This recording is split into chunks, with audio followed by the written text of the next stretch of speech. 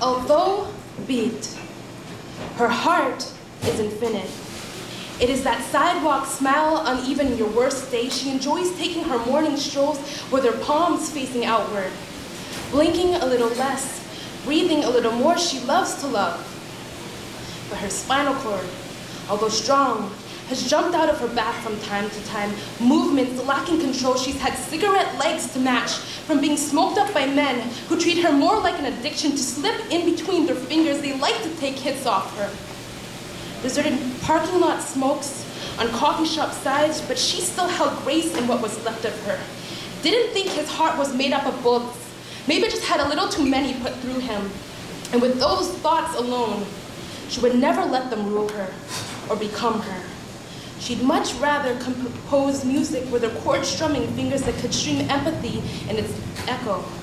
She always emptied freely, yet sometimes vacancy tends to come partnered with questions. One night, after another empty, after hitting her head a little too hard and forgetting what she was for, sprawled against her bathroom floor, she looked at me.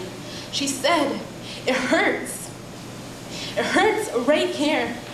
And you could almost feel the fullness in her, wanting to bubble out of her lips as she tried to hold it down. I needed to tell her. I needed to remind her that she would not always linger under the flaps of cologne-filled jackets, that she would not sleep in that ashtray bed forever. She could rise one day and become one with the wind.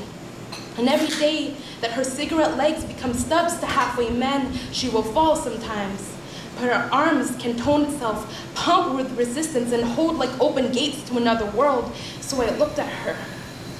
And I looked at her as her face crumpled, as she slammed her fist to her chest, trying to knock her heart out of it. I placed my palm over my hand. I said, "My dear, our hearts, our muscles, constantly learning to catch up with our marathon running bodies, and that beating that can feel so inescapable at times, it means yours is a heart ahead of everyone else's. So do love carefully, but love freely. Love like the sound of the ticking clock has faded into the crowd and everyone is sprinting ahead. Love. Do not just stop, because someone could not run theirs as fast as yours could.